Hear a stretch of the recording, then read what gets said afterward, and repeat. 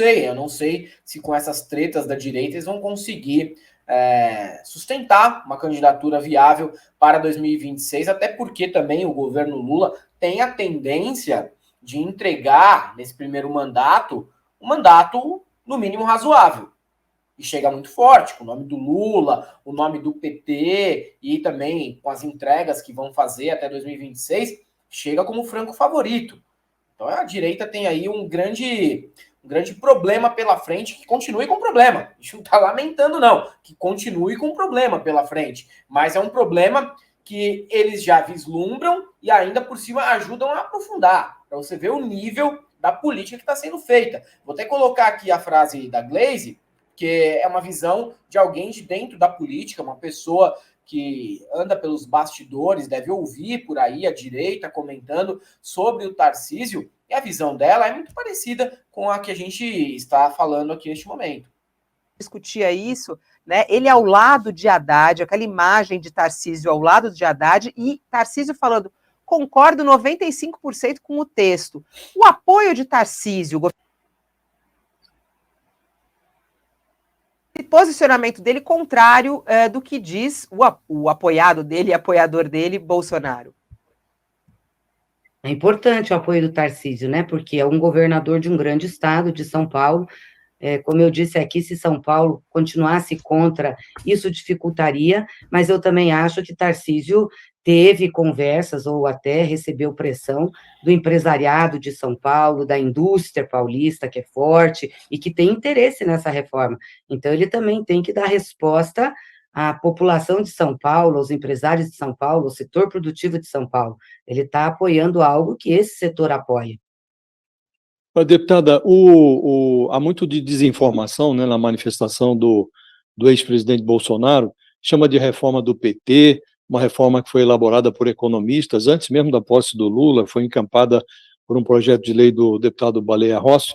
Isso foi feito sob a coordenação do Bernardo Api, que hoje integra a equipe do Fernando Haddad. Agora, o presidente Lula, ele como que assumiu como uma prioridade, ainda durante a campanha, a reforma do sistema de cobrança de impostos. Tanto que o Bernardo Api está lá na equipe do Fernando Haddad e o governo está apoiando a aprovação dessa proposta.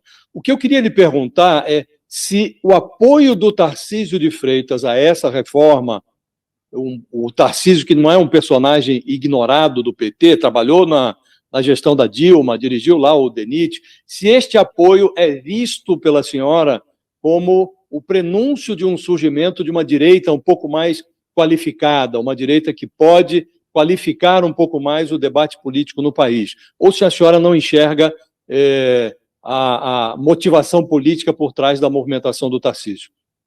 Você diria de uma liderança para ocupar o espaço do Bolsonaro, né? Eu acho que é um pouco isso. É isso. Eu não sei. Obviamente que o posicionamento do Tarcísio sempre foi muito mais moderado que o posicionamento do Bolsonaro.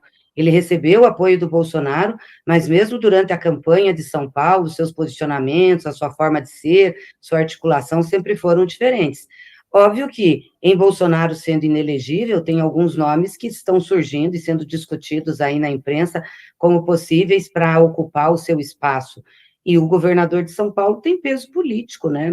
É o maior estado do país, tem um peso político, peso na economia, enfim. Obviamente que o Tarcísio é uma pessoa que pode despontar para ocupar esse espaço. Não sei necessariamente se consegue, porque não se substitui assim, né? Uma liderança, mas é possível. Mas eu acho que esses posicionamentos dele de moderação sempre foram assim, pelo menos o que eu acompanhei da campanha feita em São Paulo, a gente via muito isso, um posicionamento mais moderado. A senhora enxerga nele potencial para eventualmente ser um adversário competitivo numa eventual disputa contra o presidente Lula, se for candidato à reeleição em 2026? É difícil dizer, né? Porque tem que saber como que ele vai se construir como liderança, enfim. Então, é muito difícil dizer. O Lula é uma grande liderança política, né? Eu acho que um país precisa de um líder. Às vezes, os estados nem requerem tanto lideranças, requerem mais gestores, né? E o país precisa de um líder. Bolsonaro, a gente pode discordar dele, discordo, acho que foi um mal para o país, mas ele tem liderança. Então, não sei se substitui-se facilmente assim. Muito boa análise, cara. A meu Eu ver, concordo também. exatamente isso que está em jogo. Existe um processo, não é tão fácil. Veja, a coisa mais difícil que tem em política institucional é produzir coesão.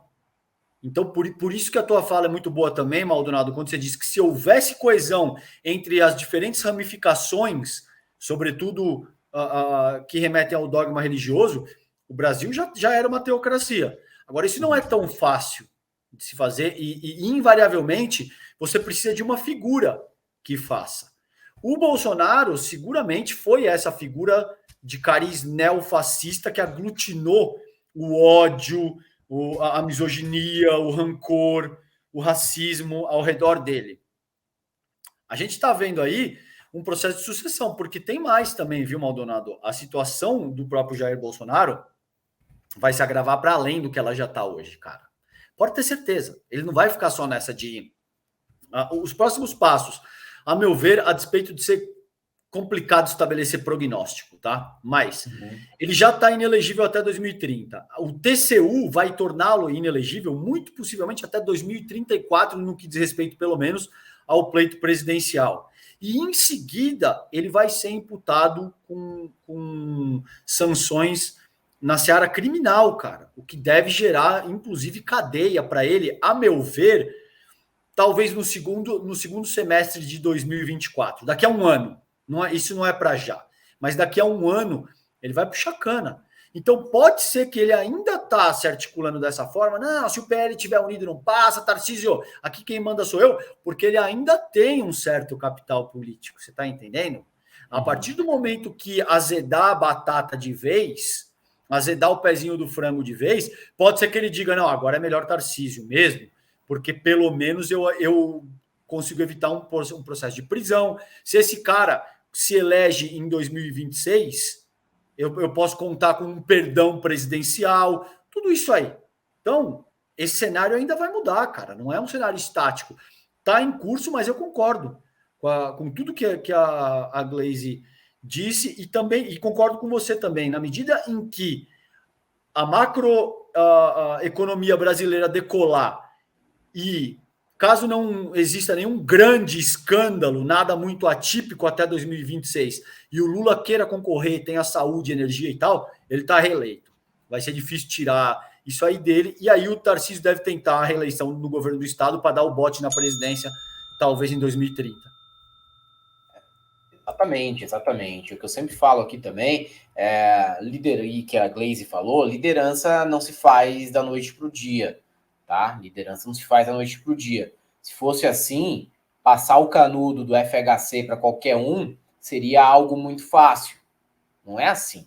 Demora. Precisa de uma conjuntura que leve à eleição daquela pessoa. Então, o Lula teria que entregar o primeiro mandato de uma forma muito fracassada para, eventualmente, um Zema ter força. Mas sem isso, um Zema nunca vai ser nada. E não vai ser mesmo. Tá? E não vai ser. E um Bolsonaro, ele é um cara que agrega muitas qualidades, né? Qualidades para a extrema-direita, óbvio. E defeitos que a extrema-direita também admiram. Ele agrega muitos defeitos e qualidades que a extrema-direita admira. É por isso que ele é o que é, um fenômeno eleitoral, um fenômeno político, um cara que criou um movimento ao seu lado, o bolsonarismo, um negócio novo, que tudo bem, vem com preconceitos antigos do Brasil, vem com formas de fazer política antigos no Brasil, mas ele conseguiu reunir, né, essas pessoas ao lado dele, o que não é qualquer um que faz, é o Lula que fez, é o Brizola que fez, aí você tem o Bolsonaro fazendo, quando o cara consegue virar nome de movimento político, é outro nível. Bolsonarismo, brizolismo, lulismo, é outro nível mesmo de atuação na política.